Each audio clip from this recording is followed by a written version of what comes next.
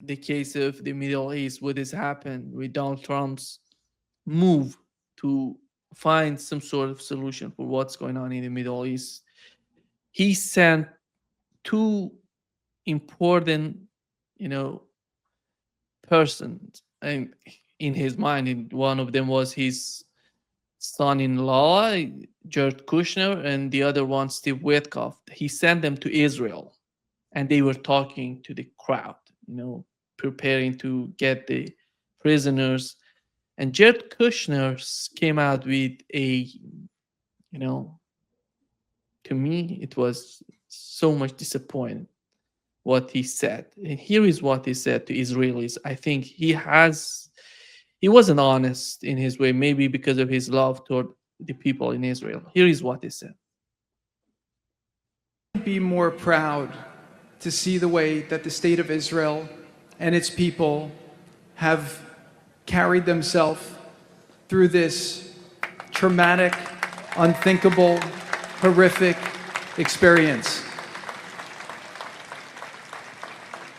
Instead of replicating the barbarism of the enemy, you chose to be exceptional. You chose to stand for the values that you stand for. How can you see a genocide in Gaza and you come out with such a distorted idea that these people were somehow reasonable in their way of, attitude toward Gaza? There are only a couple or three conclusions one can come to watching that.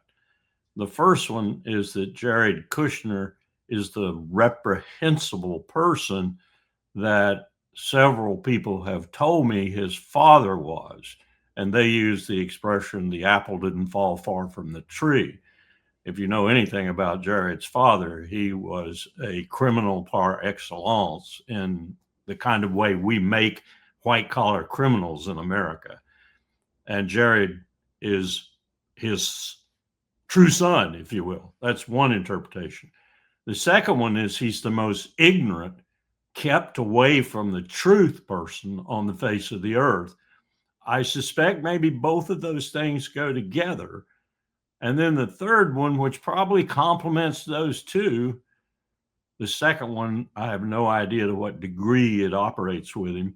But the third one is he is a money-loving son of a you-know-what, as is Donald Trump. They are motivated by, they live by, they counsel from their filthy lucre devotion. That defines Jared Kushner. That defines Donald Trump. It defines Donald Trump's presidencies, plural. Money is what they're after all the time. Money, filthy lucre. The comments that he made were so contrary to the truth that I think probably each one of those is operative at whichever time it needs to be. In other words, he's a scoundrel. Here is what MSNBC reported within the Jewish community in the United States and how they feel about what has happened in Israel, in Gaza. Believe Israel has committed war crimes. Over 60% of Jewish Americans believe Israel has committed war crimes. Jewish Americans coming to that conclusion. Almost 40% believe they have committed genocide. It's staggering. And again, the long-term implications for now, this people on the left and on the right now who are hostile to American support of Israel. That has grown. It is no longer the extremists on both sides. That is starting to move toward the center. I mean, the long-term implications for Israel and support for Israel in the United States. Yeah. And the assassination of Charlie Kirk corroborated that in spades. Yeah.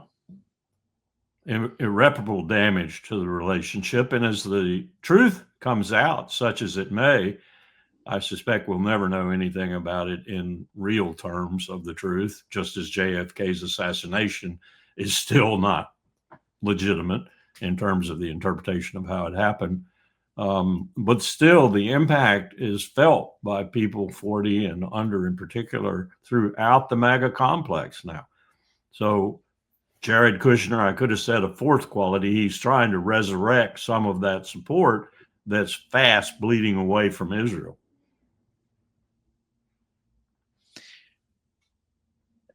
Larry, when it comes to what has happened in the mind of Donald Trump and his administration to, after all, going after such a plan to bring peace, as he's mentioned it, for 3,000 years, there was no peace in the Middle East, which nonsense after all. But he said something amazing to me when you look at the way he's talking about how all of this process, has started. He says something about Iran, which would be the key, in my opinion, to what's coming up next. And here is what he said. Then I'm gonna say my take on that, and I want to know your take and how do you understand it. Negotiations, our reporting indicates that you were personally on the phone to get this across the finish line. What happened, and when did you know that Hamas was going to release the hostages? Well, I'll tell you, I think it really started when we took out the nuclear capability of Iran. When you look at what they had, you couldn't have made this deal if somebody's sitting over there with a nuclear weapon over your head. And I think when we did that, and there were other obviously very warlike things that we did over the course of 4 or 5 years, if setting the table. But when we did when we took away that destructive capability from Iran. So what's that? How can you make a connection between what has happened between the United States and Iran to what's going on in Gaza? I see no link in that direction, unless you want to make a new war with Iran. If something goes wrong in Gaza and Israel attacks again, and it's because of Iran. Let's attack. Absolutely.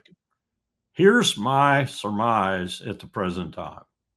And let me lead by saying Israel is not honoring this ceasefire and hasn't since the moment it started and won't throughout the duration, however short or long that is. Israel has hired thugs, much the way they hired, and the U.S. was complicit to the tune of some 30 million at least, the GHF and its security component, whose mission was, Nima, to kill 25 or 30 or more Palestinians at every one of the 4 sites that they were feeding at. And I use feeding guardedly because they weren't doing much feeding. And furthermore, in addition to the people they killed, to push them with their gunfire, which was in many cases far more than was needed to control a crowd, back into the IDF so the IDF could kill them. So I would estimate somewhere between 25 and 150 were killed at every site that GHF ran during the entire time they were feeding. That's happening right now. It's not the GSF people, although some of them could also be involved in this, the security component. It's ISIS thugs and others like them, whom the U.S. and the CIA have been training and working with in places like Syria, that are now infiltrating Gaza and attacking Hamas. And now you're going to get gun battles between Hamas and these people. You already have them happening in certain places. And Bibi's not continuing anything but killing Palestinians. That's what he wants to do. He's just doing it on a lower burner. Now, that's going on right now to perturbate the situation in the ceasefire, which will get out of hand so the ceasefire can be formally violated, if you will. But here's the deal, I think, that's going on, Nima. I think Witkoff is privy to this. I think Trump is fully privy to this. I know most of the coalition that's tied around Bibi Netanyahu is probably privy to it, maybe even elements of the Knesset. The plan is thus: Bibi will make sure that this ceasefire gets worse and worse and worse, and the blame is put on Hamas for that condition existing. But at the same time, Bibi is planning, and the U.S. is planning with him, to do precisely what we did a few months ago, you may recall, which was so egregiously in violation of international pacts law, covenants, whatever you want to call them, when we lured the Iranians into the negotiations. And then with Saturday, I believe it was, of that week being the ultimate meeting where we were going to probably come to some kind of agreement, or at least we led the Iranians to believe that, we allowed Israel and helped Israel to attack Iran and murder people, including members of their families. You recall those events. All duplicitous, all conniving, and all known about by Trump. Fast forward to the attack on Qatar. Same thing. Trump knew fully what was going to happen in Qatar and did nothing to stop it, which is now why he's backfilling a lot, but he already had that planned, or his people did, to appease Qatar. What are we looking at now? We're looking at lulling the Iranians into thinking that no attack is coming, that this ceasefire is the stupendous moments to celebrate, that we have an end to the war, that Hamas is going to have some kind of outcome that might be positive from this ceasefire, though it's very difficult for anyone like you or me who's looked at this for so long to see that happening. The Arab states are pulled away a little bit from their recent blooming rapprochement with Tehran, looking back towards what might happen if this truly is a peace agreement that will last. All of this is going to be interrupted by the fact Israel's going to attack Iran in full force, out of the night, as it were, with everything they can throw at them in the way of their Air Force, which is about the only thing they can throw at them because the Israeli Defense Forces right now. And one reason this had to be done in the short term, the Israeli Defense Forces are almost broken. They are in bad shape. So Netanyahu had not only Trump on his back, but he also had the IDF leaders on his back, and he had the Israeli people on his back with regard to the hostages. So this was a very propitious, advantageous moment, politically and otherwise, for him to do this and for Trump to join him in doing it. And not for a second do I not believe, after all this perfidy Donald Trump has demonstrated, that he isn't fully cognizant of what Netanyahu is going to do. And he already has his propaganda and publicity campaign ready to go out of the can and into the airwaves to say he didn't know anything about it when Bibi becomes existentially involved with Iran in this last and fatal attack that Bibi's going to orchestrate. Regional war is going to stare us in the face, and Trump is going to put this campaign in motion, which will simply say, probably through that sycophant Hegseth, we have to go to their help. They're being destroyed. You heard what Jared said at the opening of the peace agreement, of the ceasefire, rather. You heard what he said. The IDF is beleaguered now. We've got to go to their rescue, and this campaign will just overwhelm everyone, they hope, and we'll be at war with Iran. And then we're off to the races because, as you know, I've said many times before, they are not going to defeat Iran. They're going to be confronting Iran and probably in a very serious way, Russia, and probably behind Russia will be China. So we're looking at the potential for a walk up to the war of the age. If you look back at 1914, people will talk about the automaticity of the mobilization tables, not about the beginning of the war and why it began and why people just sleepwalk into, at that point, the worst war in human history.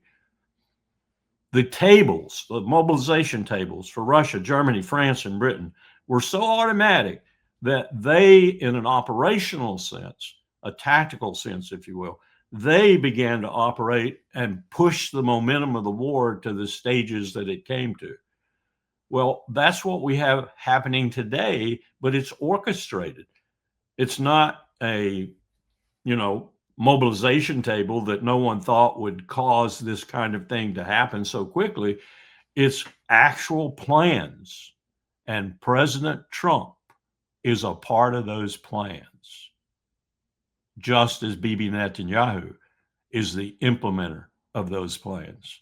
and we're going to war with Iran.